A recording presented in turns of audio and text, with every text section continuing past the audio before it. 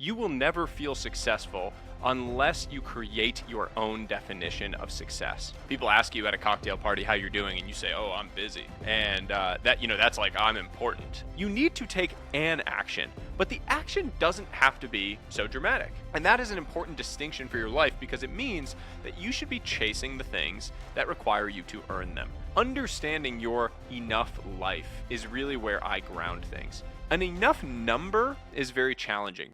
Sahil, welcome to the Personal Finance Podcast. Thank you so much for having me. It's a thrill to be here. So we are so excited to have you because you wrote this book that I think encompasses a lot of the things that we talk about on this show. And we talk about the various types of wealth, and you are redefining how most people think about wealth. And that's what I absolutely love about your book. And we're going to dive more into it here in a second. But can you tell us your story and kind of why you decided to write this book?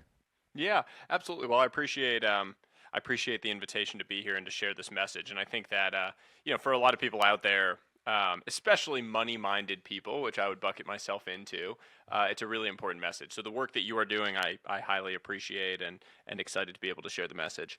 I would just say that I spent the first 30 years of my life chasing someone else's definition of success, if you will. A lot of my life was really grounded in this pursuit of external achievements, external affirmations that I thought would one day be the thing that made me wake up and feel that, glorious feeling of success and happiness and fulfillment that we're all after. And I got to a point in my own life where I had achieved many of those things. And unfortunately, the feeling that I was looking for, that satisfaction, that fulfillment, that happiness, was absent. And I think this is actually a common theme that a lot of people come to in their own life after achieving some financial milestone. And it gets categorized into this bucket of like unteachable lessons where people just think, oh yeah, like, you kind of hear that when you haven't yet achieved the success and you say like, okay, yeah, sure, I'll be happy when I have the thing. And so you just chase after it blindly. And then you inevitably come to that same conclusion, but only after incurring this sort of load of misery along the way. And so in my own pursuit, I feel like that was the case. I feel like I heard that from many wiser, older people along the way. And I had been so indoctrinated into this idea that money was the way for me to feel that I had accomplished something, and that money was the definition of a wealthy life, that I blindly followed that path.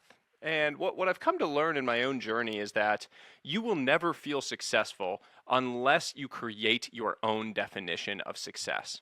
Because if not, you will just be chasing someone else's. You'll just be chasing whatever more people are trying to convince you is the thing that matters. And that was my journey. I spent the first 7 years of my career working in traditional finance, working in the world of investing, learning a lot, working a lot, and really, as those years went, more and more narrowly focusing in on money as the means to achieving the good life. And along that path, all of these other areas of my life had started to suffer. And it came to a head in 2021, which I'm sure we can talk about, when I realized that if I didn't make a change, I was going to end up in a really bad place on my journey. And I think so many people out there are kind of utilizing money as basically what the only scoreboard that they have to move forward in life. And I think for most of us, it's a big struggle that even I have, where I get to the point in time where I achieved kind of all of my financial goals and my enough number just kept moving. It just kept going up over and over and over again. And kind of figuring out what your own scoreboard is really, really important. And you talk about something called the broken scoreboard, which I absolutely love the way that you frame this out. How can we identify that we're kind of using the wrong metrics in life, kind of how you figured out as you went through your journey? Peter Drucker, the management theorist, once said, "What gets measured gets managed." I absolutely love that quote, because what it implies is that the thing that you can measure ends up being the thing that you focus on. It's the thing that you narrowly hone in on, you optimize around. Money is very measurable. It has historically, as a result, been the default scoreboard that we use to measure our life. We take a single number and we apply it to our entire life's worth. It's how we stack ourselves up. It's how we measure our progress. It becomes the sole measurement of your life. And as a result, because it's so easily measured, it becomes the thing we optimize around. It's the only thing, the only vector that we make decisions along. So when an opportunity comes along in life, we just think about, okay, the money impact of this decision, and we pursue whatever seems like it'll benefit that most, right? It's the person that takes the $10,000 a year raise, even though it's going to take them, 10,000 miles away from their family. Because it is so measurable, it becomes the thing that you optimize around. And so when I say that the scoreboard is broken, what I mean is that money does not alone lend itself to the war that you actually want to win in life. If you think about your life, you think about the battle of money being one single battle. It's one thing. But the war is about a whole lot more. Money is a piece of the war, but in reality, there are all of these other things. There's, your relationships. There's your freedom. There's your health, mental and physical. There's your purpose. There are all of these other things that contribute to the broader war of a life well lived. And so if you only focus on measuring for the battle, you may win that battle, but you will lose the war. And so what I hope to do, and what I set out to do in this book, is to create a better scoreboard. Create a scoreboard that involves money, but is defined by a whole lot of other stuff as well. And that's what I loved, because you reframe kind of what the idea of wealth is, which is really how we all need to be thinking about things in our life, because wealth is so much more than just money. And you dive deeper and deeper into the book. So what was the most pivotal moment for you where you realized that you were playing the game wrong? Like you went through life and you were going through this process of trying to get to the top of the ladder. When did you realize that you were just playing the wrong game? I went out for a drink in May of 2021 with an old friend. And at that time in my life, I had been kind of steadily rising through the ranks in the world of finance. From the outside looking in, you would have said I was winning the game. I was getting promoted, I was making money, things were good. Internally, there was a whole lot that was starting to crumble. My relationships with my parents, I was living 3,000 miles away, barely ever seeing them. With my sister, effectively had ground to a halt. My wife and I were experiencing some strain from struggling to conceive at the time. Physically, I was drinking almost 7 nights a week. My mental health was not great. There were all of these other things in my life that were really starting to show cracks, but on the surface, everything was going great. And I got to this drink with an old friend, and he asked how I was doing. And I said that it had started to get tough being as far away from my parents as we were. That they had started to show chinks in the armor, that their mortality was starting to show they were slowing down. And he asked how old they were. And I said mid-60s. And he asked how often I see them. And I said about once a year.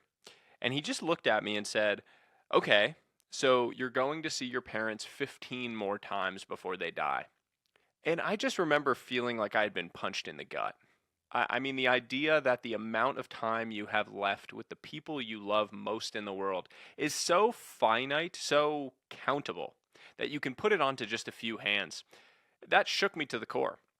And the next day at home, I sat down with my wife and we had a candid conversation about needing to make a change. That if we didn't step off the path and step onto a different one, we were going to end up in a place that we didn't want to be.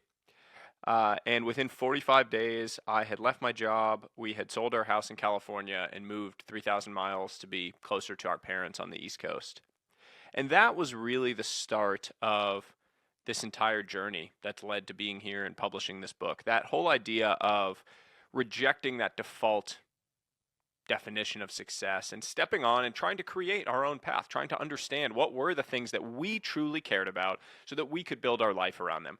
And that's really what the message of this entire book is. It is not telling you the answers for how to live your life. It is giving you the questions so that you can come to the answers for yourself, so that you can define what matters to you and then go build a life around it.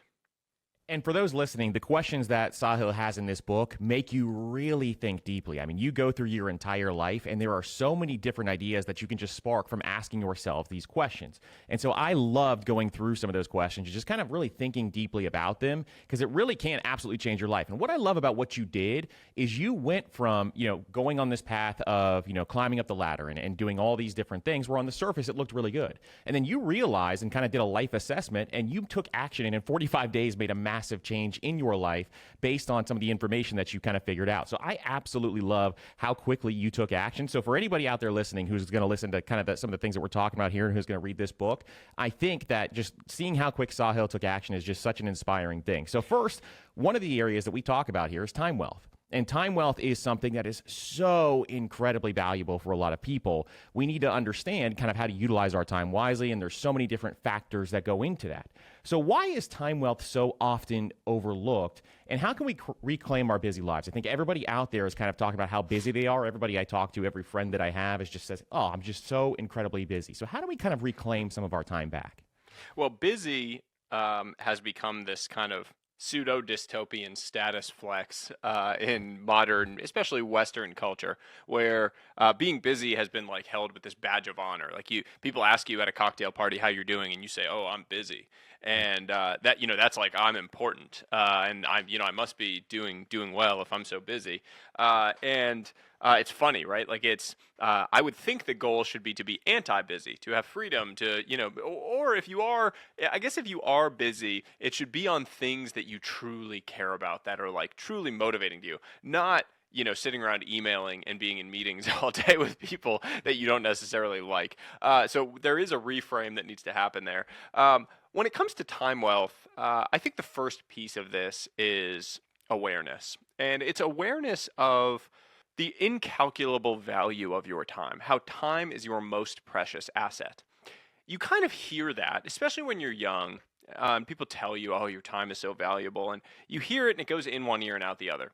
And it's sort of one of those pieces of wisdom that you're like, you nod your head and then you continue living the same way. So I like to ask young people, would you trade lives with Warren Buffett? He's worth $130 billion. He has access to anyone in the world. He flies around on Boeing business jets and, has mansions all over the place. He reads and learns for a living. But you wouldn't trade lives with him simply because he is 95 years old. There's no way you would agree to trade the amount of time you have left for $130 billion. So you acknowledge that your time has literally incalculable value, $130+ billion worth of value. You wouldn't trade any amount of money to be 95 years old today. And that is a really important piece of awareness, because what it tells you is that your time is your most precious asset, and the way that you deploy that time, the way that you invest that time, is incredibly important. So sitting around on this thing, scrolling TikTok memes, comparing yourself to other people's lives, all of the things that we find that are wasting that time, that are just throwing it away, that are spitting on it, are really spitting on your most valuable asset. So I really think that time wealth comes down to, first and foremost, that awareness. Second, it's all about attention. It's about concentrating your attention into the very small handful of things that truly matter, both personally and professionally. We kind of know this professionally. Again, it's one of these things that we hear and it goes in one ear and out the other as we get stuck on meetings and things all day. But we need to create a really deliberate practice of saying no to things that aren't driving us forward in that way, or at least adjusting them so that they're sort of managed within the context of our lives. Absolutely. And that is one of the most important things. And I always harp on this. We always kind of talk about how valuable time is, and it's one of your greatest assets that you're ever going to have. And most people need to realize that the way that they're spending their time it's so finite. And especially, like you said, when you're young, I did the same exact thing. People would say that all the time. And you don't realize how much time you have left until you start to kind of go through life. And you're like, man, life just flew by. I'm in my 30s now. And it is one of those things where it's like an instant. And so when you go through that process, you start to realize how short life really is. And so you really need to focus your energy on taking some of that time back and really making sure that you are allocating your time towards the things that you actually value. So what strategies do you recommend for kind of aligning our calendars with our priorities? My favorite actionable thing that anyone can go do right now after listening to this is what I call the energy calendar exercise. It's in the Time Wealth guide of the book, and it is probably the fastest, easiest way to dramatically change your time wealth. All it is pull up your calendar, and at the end of whatever work day this is that you're listening to this on, let's say it's a Monday, color code your day and the activities according to whether they created energy for you, meaning you felt lifted up either during or after, mark it green. If it was neutral, mark it yellow. And if it was energy draining, meaning it made you pulled you down, it drained your energy, mark it red. Do that for a week and zoom out. On the weekend, look at the calendar from the week, and you will have a very clear visual perspective of the types of activities that were energy creating versus energy draining in your life. That allows you to do something very powerful, which is make slow, steady improvements to the amount of green versus the amount of red on that calendar. You are never going to completely eliminate red.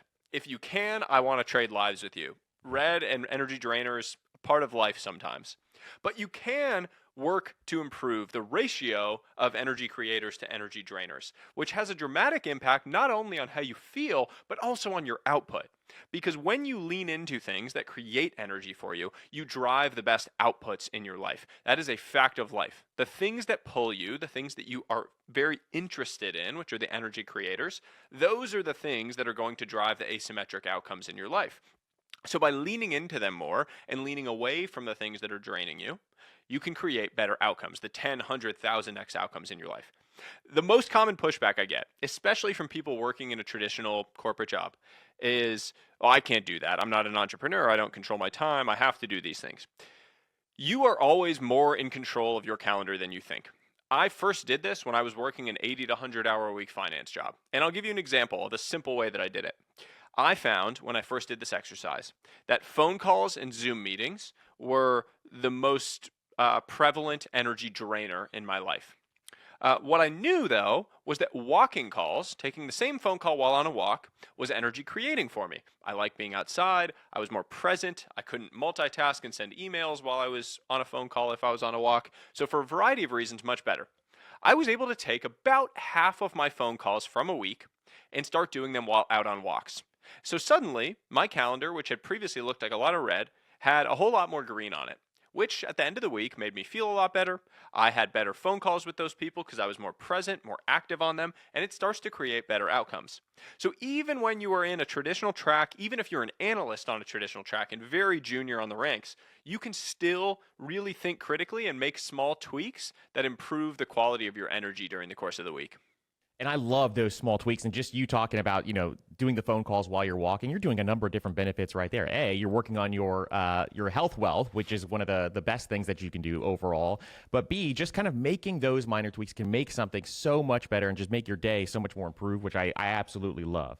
Now, one big thing is when it comes to our time, and you kind of alluded to this early on, is the big question that you asked yourself was kind of, I only have so much time left to be able to see my parents and to be able to see my family. So when you go through that, how does that big question, how do you reframe your perspective on time by asking yourself that big question? How can people kind of do this same exact exercise that you did, which looks seemingly change your entire life and to change your entire trajectory of how you live your life?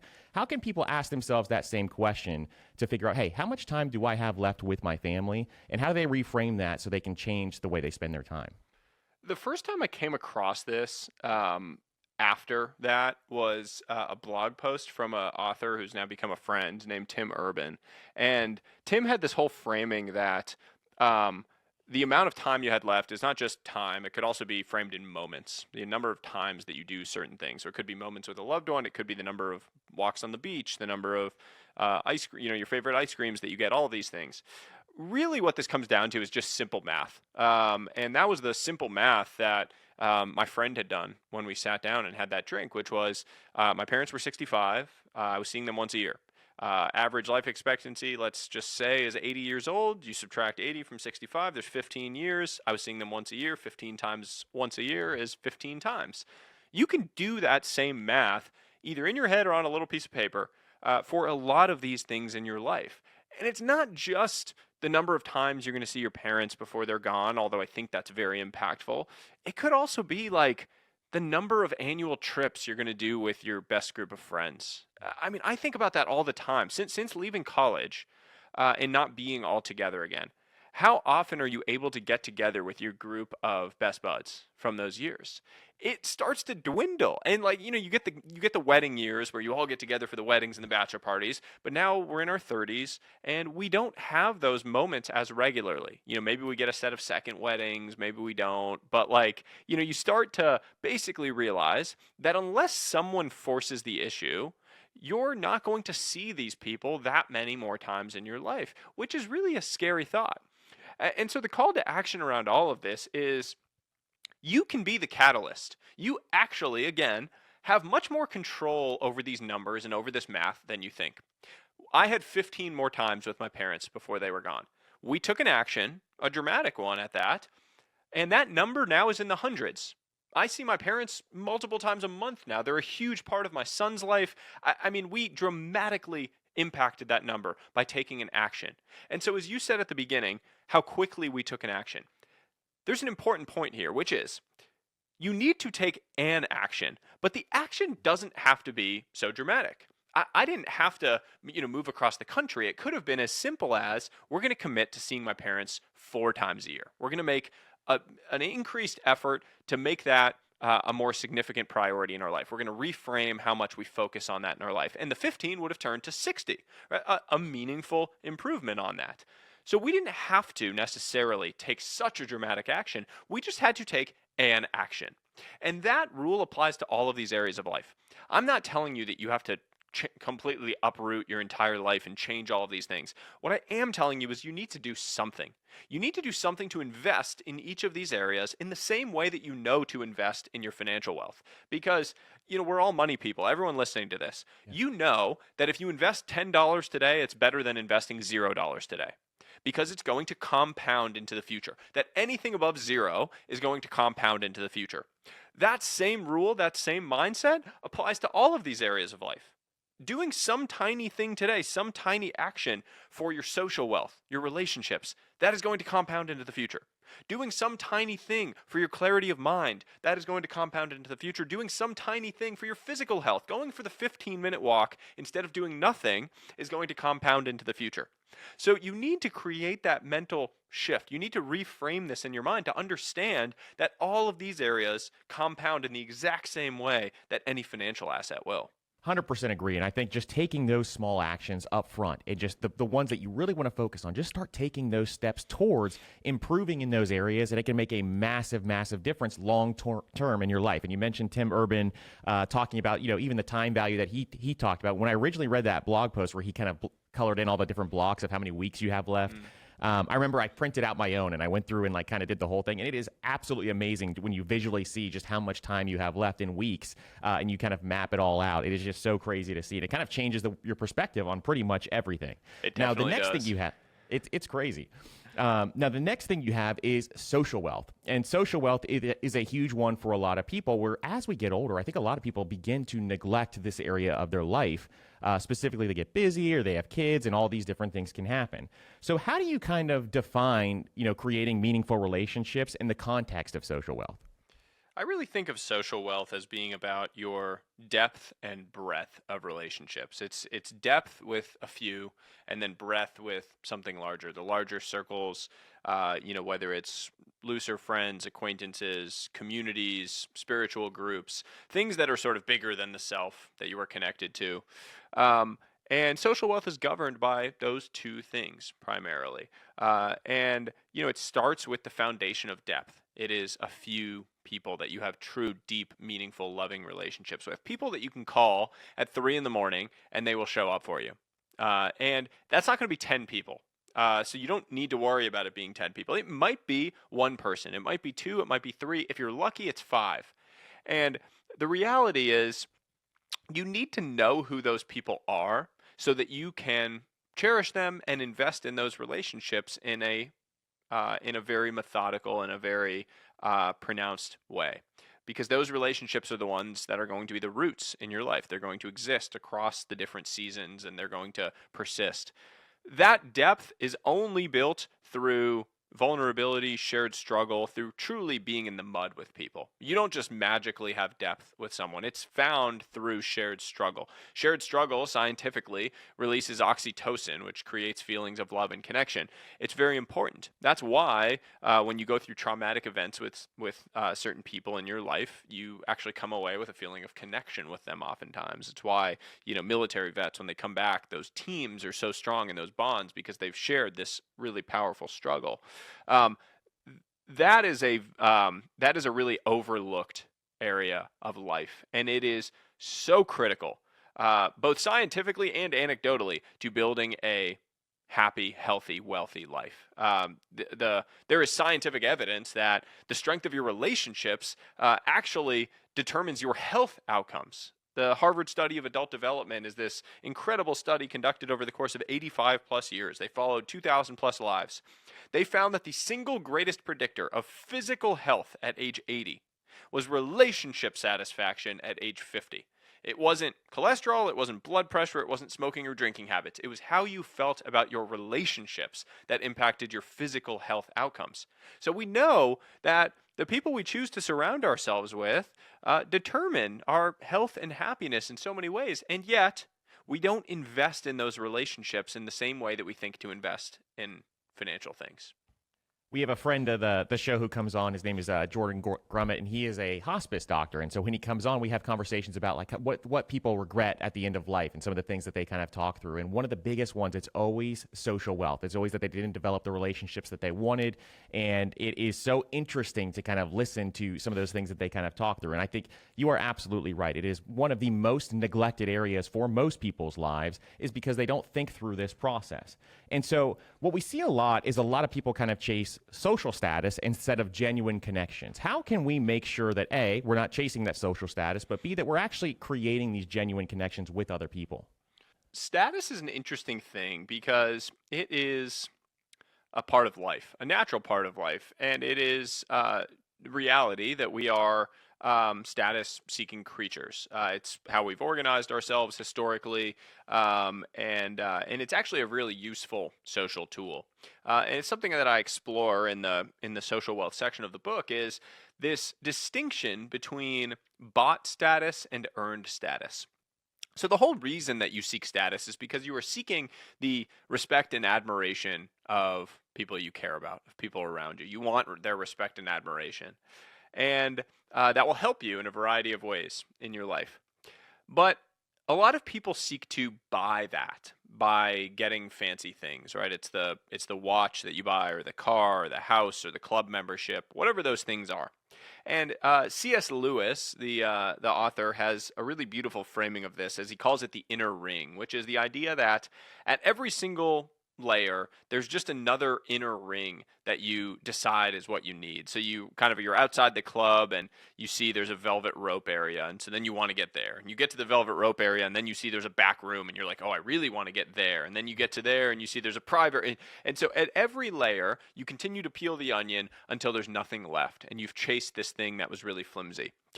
So the idea of bot status is basically that. You are chasing respect and admiration via the wrong means, because we know this very clearly. Those things that you can go buy do not confer upon you the respect and admiration on a lasting basis that you really want.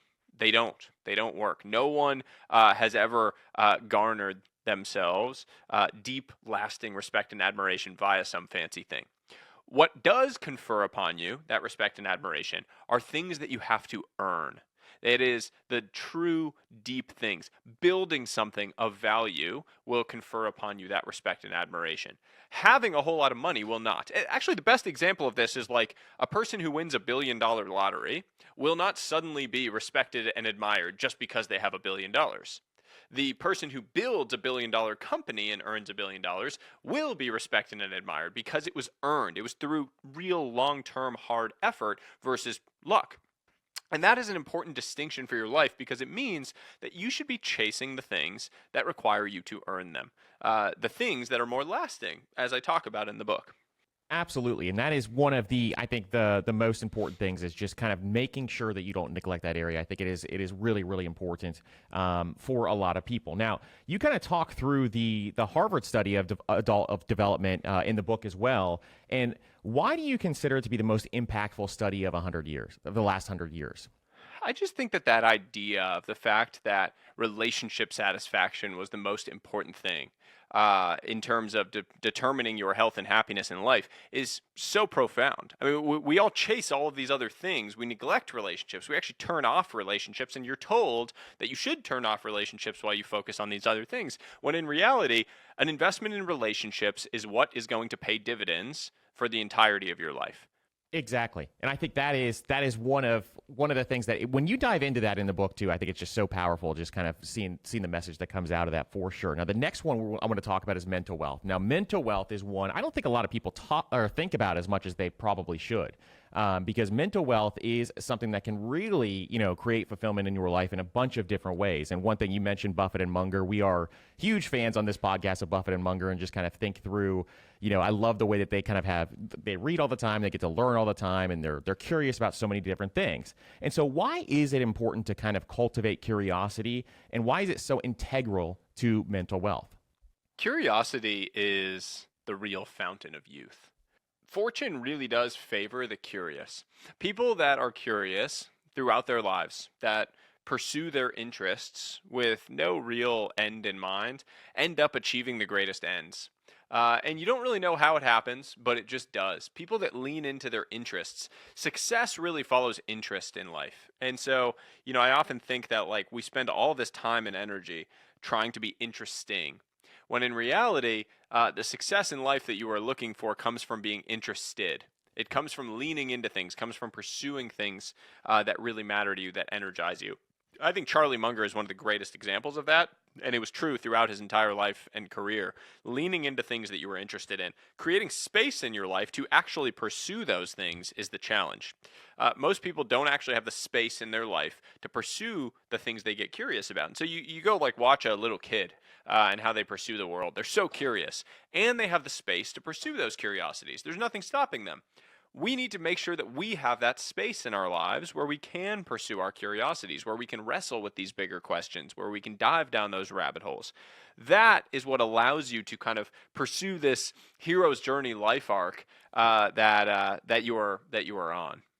Absolutely, and I think it is one of the things that has made just a massive difference in my life for sure. I remember in my early 20s, I just started to say to myself, when I graduated college, I'm like, I'm just going to start reading a book every single week, and I started to kind of develop that habit over time. I take the number of pages in a book, I divide it by 7, and I read that many pages every single day. It's a really simple process, and I still follow it to this day.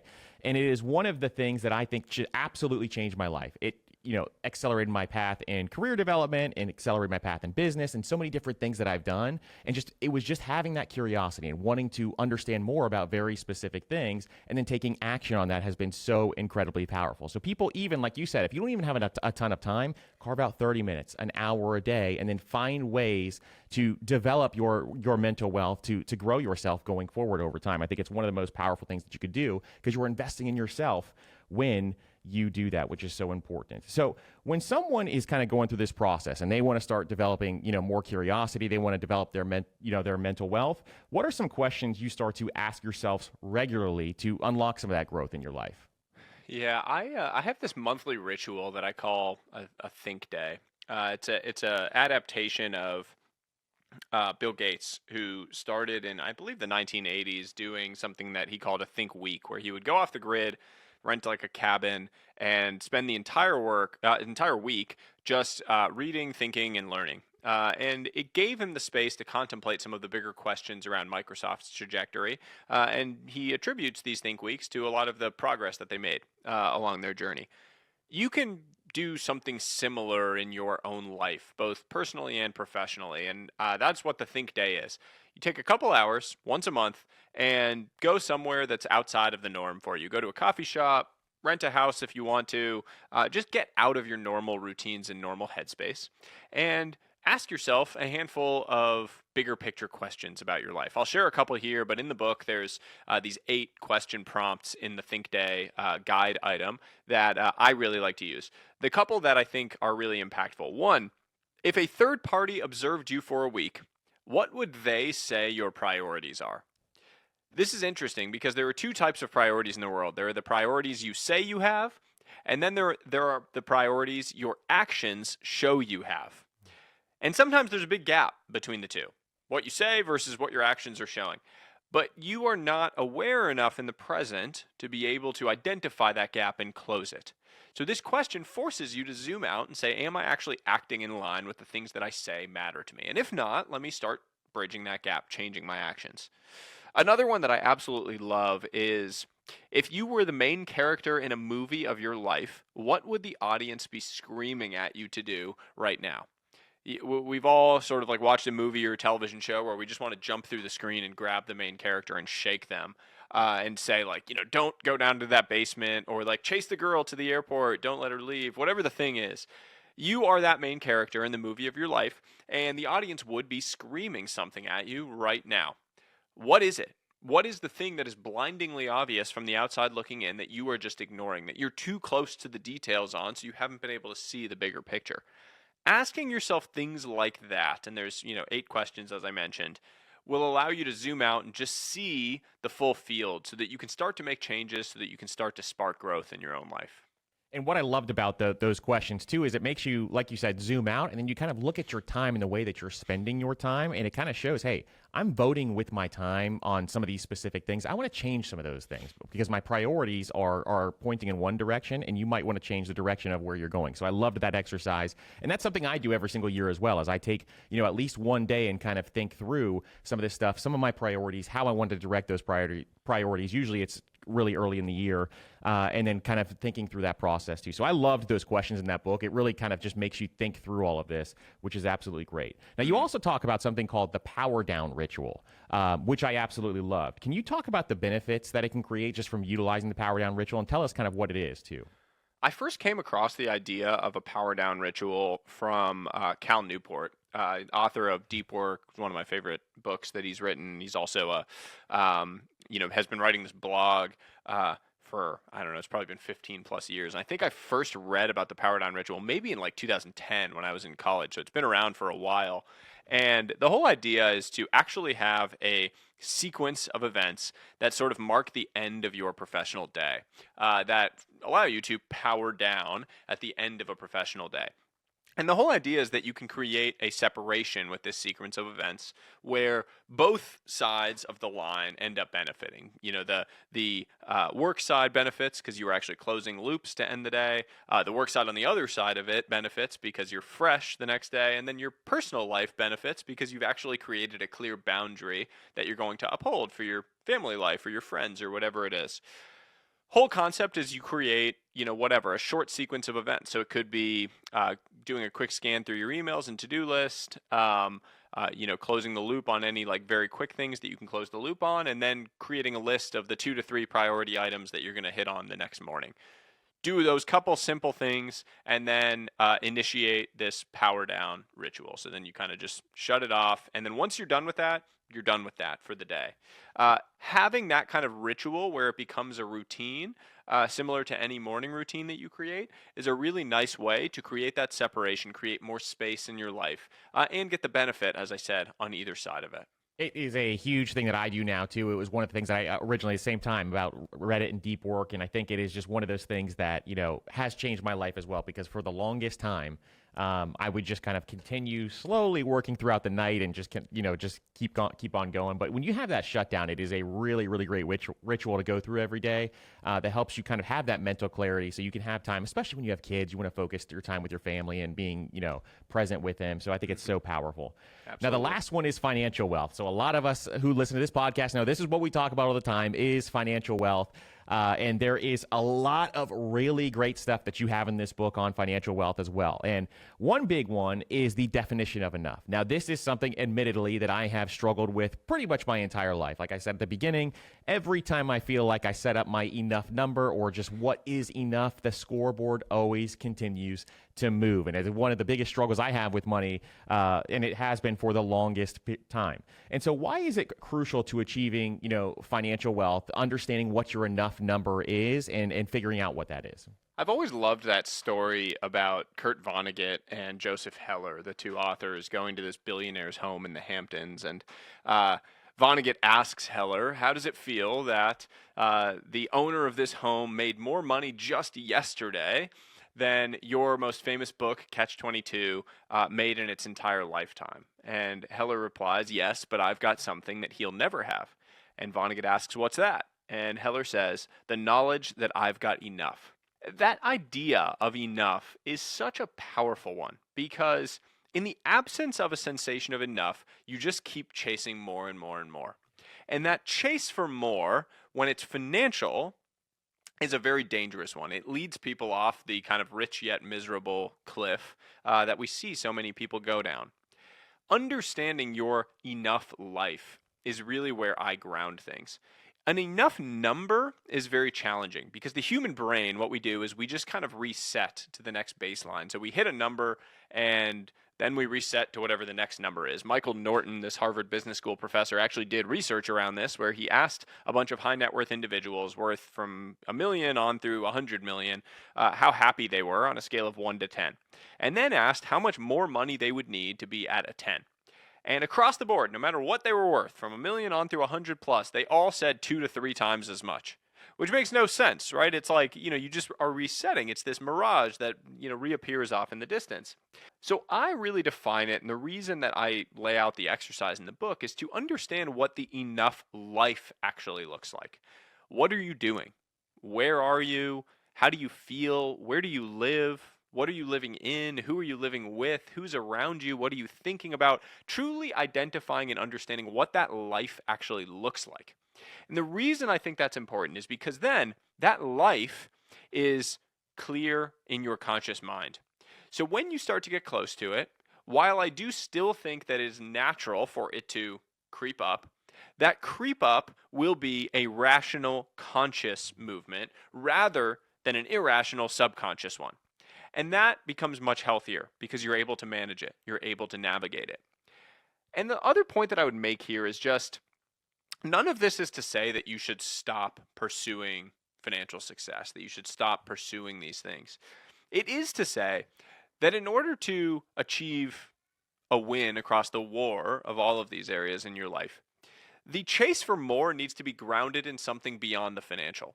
If you are going to chase building something incredible because that is your purpose, because that's what matters to you, that is a great use of your time in life. If it really matters to you and you're going to push on it, it just can't be that you are trying to make money for the sake of making money.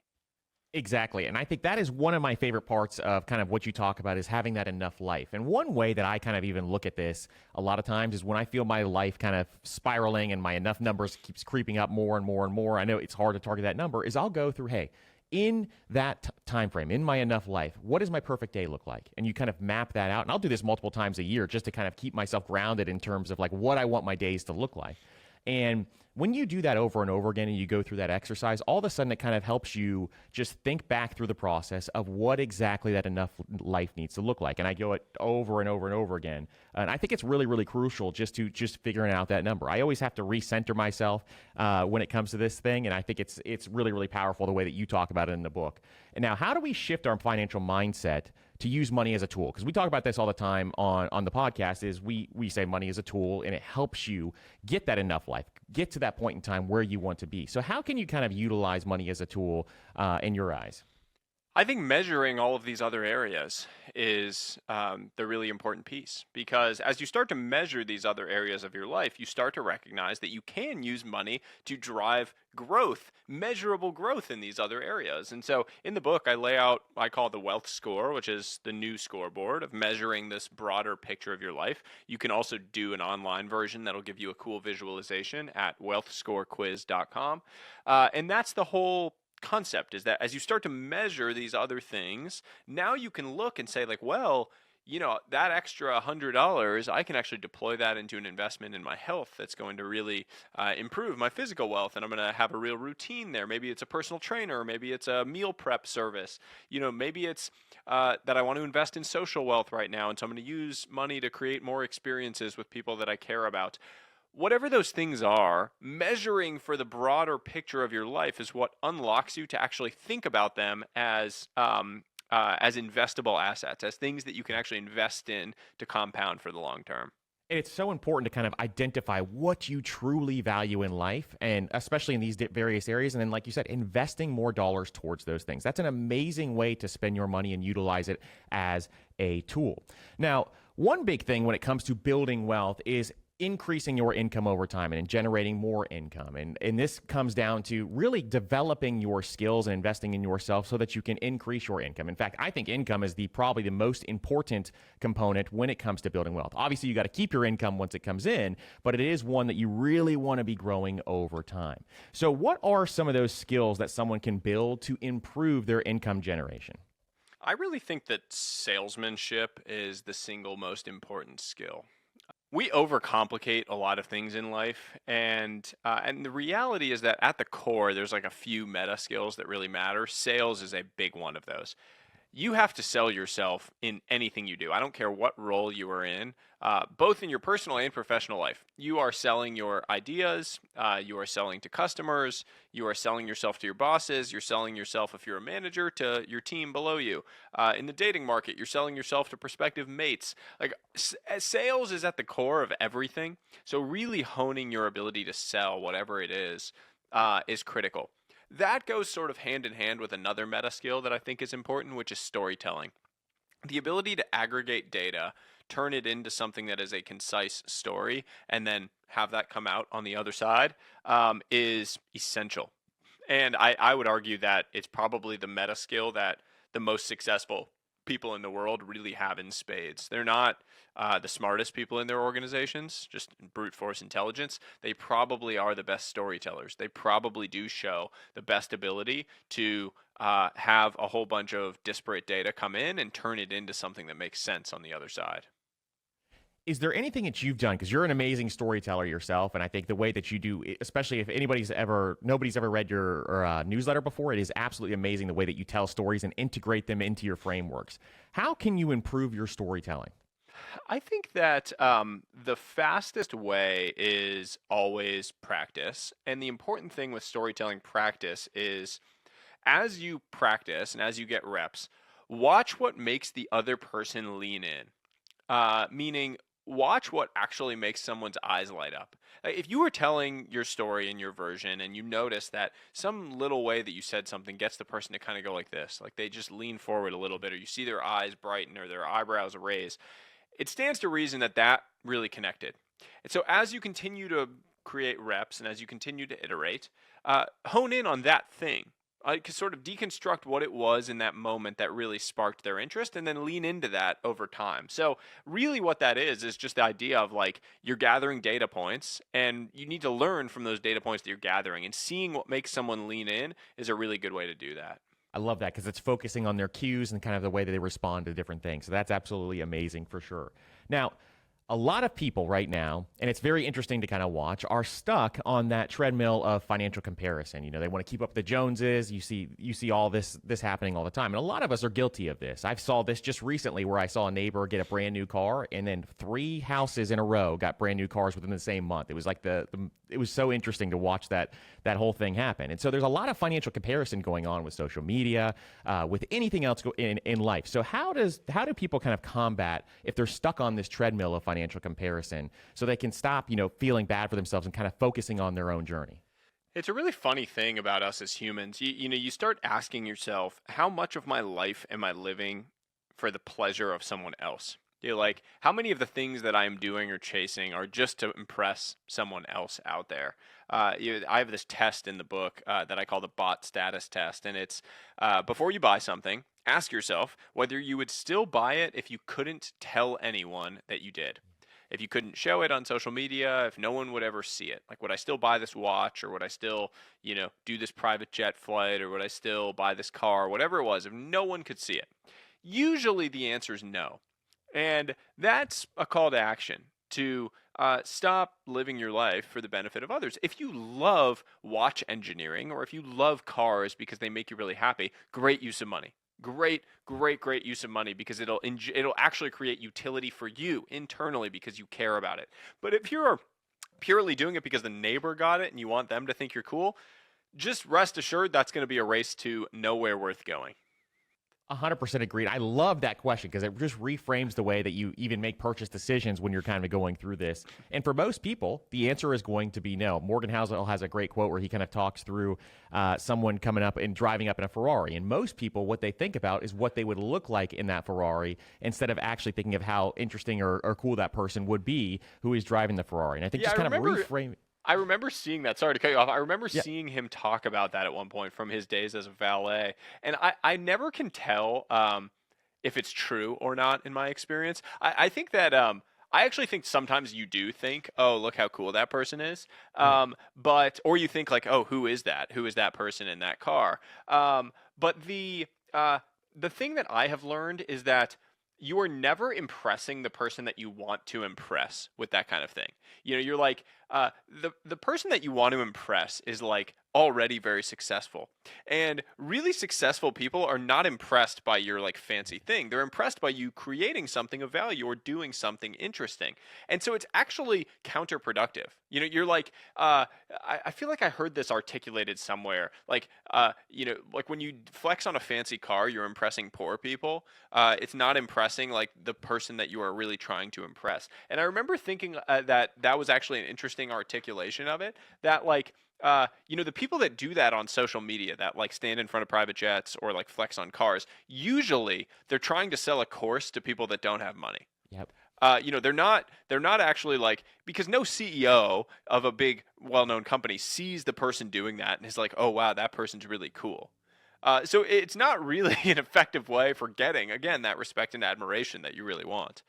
100% agree, and I think that is the number one thing that people should take away. But I completely agree that it's one of those things, especially if you see a wealthy person or a CEO of a huge company, they are not impressed whatsoever. And in fact, one of my closest, he's now one of my closest friends. He's a multi-billionaire, and he drives a Ford Explorer around. And anytime he sees someone like with a supercar or something like that, he actually thinks, they're most likely just kind of living paycheck to paycheck, or there's a lot of different things happening there. But it's interesting to kind of go through that process, and the psychology behind all of that is so fascinating to me. Absolutely. Now, this has been absolutely amazing. And one big thing I want to kind of talk through is if someone wanted to take an actionable step right now, and they wanted to redesign their life. You went through it. You did it really, really quickly. But what would be like one actionable step that you'd give someone?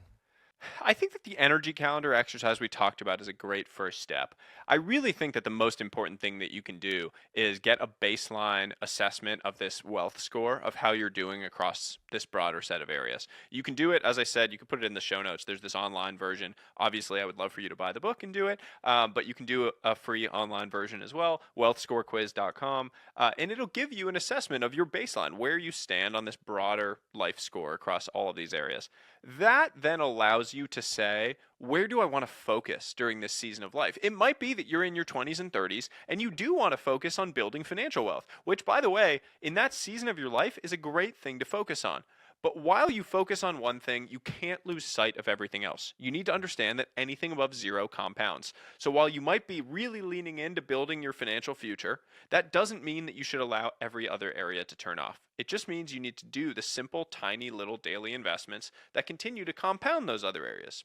And then when you're in your 30s, 40s, and you're in a more stable position financially, you may want to prioritize and focus on other things like your relationships or your health or your purpose or whatever it might be. But the point is, you get to decide. And what you choose to focus on or prioritize during any one season of your life is up to you. But until you establish that baseline, it's very hard to figure out where your energy is best deployed. Couldn't agree more. And I think just compound happens in every single area of life. It is one of the most powerful things. And we talk about it in the financial sense, but it literally does happen in every single area of life. Now, I'm going to shift to a rapid fire of some of these questions that we love to ask some of our guests. And I think you're going to like some of these as well. What part of your work or your life makes you come alive? Spending time with my son. Absolutely. It is. I have 3 kids, and it is the most amazing thing. That is a huge energy producer for me as well. What is your biggest fear when it comes to money?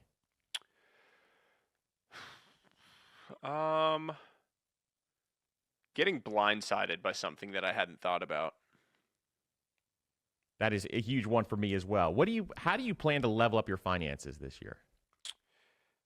Lean in and invest in things that I think can be really big rather than wasting a bunch of energy chasing a bunch of little things. I love that. What legacy do you want to leave behind for your son? Legacy of love and desire to positively impact other people's lives. What is the best money advice you've ever received? No amount of money is worth losing your peace of mind. I love that one. And then the last one, and you are probably the best person to answer this question. What does wealth mean to you? It means building your life around a broader set of pillars that truly create lasting fulfillment and happiness. It means defining your life around the 5 types of wealth. That is absolutely amazing. Sahil, this was incredible. I know the listeners are going to love this. Let us know where we can find out about your book, about your newsletter, everything else. Well, you can get the book anywhere books are sold. Support a local bookstore if you have one that you really like. If not, Amazon always works. You can find more information on the book at the5typesofwealth.com. And you can find me at Sahil Bloom on every major platform.